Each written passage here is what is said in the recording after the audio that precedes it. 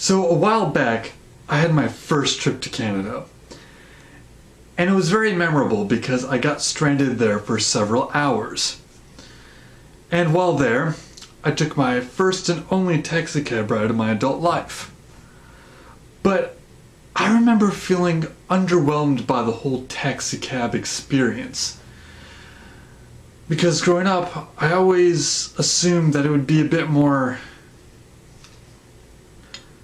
crazy.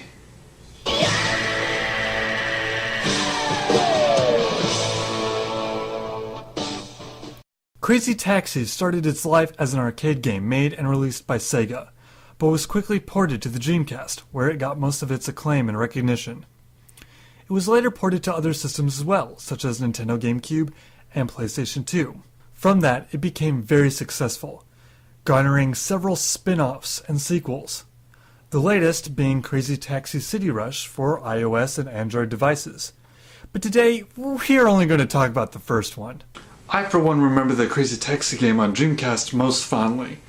Besides Sonic Adventure, it was one of the first games I owned for the Dreamcast. And it's the only game for the Dreamcast I've never, ever sold. I'm missing the case for it now, but never sold it.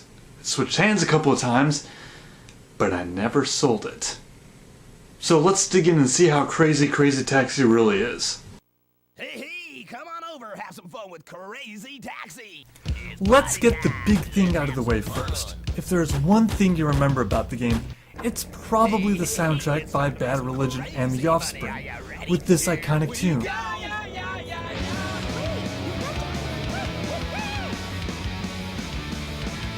That I can only play for that amount of time, lest I want the video to be flagged, silenced, removed. It's also incredibly addicting.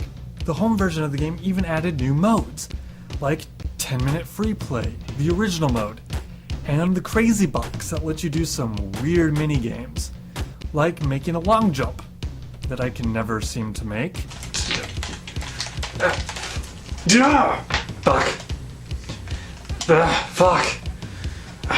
Fuck. Collecting flags, drifting. How do I drift? Or even popping balloons. In the main game, you start out by choosing one of 4 taxi drivers. I'm choosing Gina, because she is both awesome and sexy. I mean, it says it right on her license plate. Now, as the name suggests, the object of the game is to chauffeur people around to their destinations.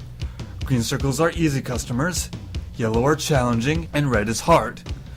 Like, really hard. Now, what makes this game crazy is you get to be as reckless as you want as long as you get the passenger to their destination within the time limit. The more crazy, the higher the payout. And it's insane what you can do. You can ramp off things, narrowly avoid cars, drive underwater, and you can crash into other things as well. But, like in real life, you don't get extra cash for doing that. So, all in all, it's an incredible arcade experience for the home console market. And if you're not nostalgic for this game like I am, go ahead and grab a copy. You can get it in numerous places. It's on numerous Sega compilation discs. You can get it online from, I think, Xbox Live Arcade, the PlayStation Network, and it may even be available for PC in some places downloadable. So go ahead and check it out. And who knows, maybe even you can be nostalgic for Crazy Taxi.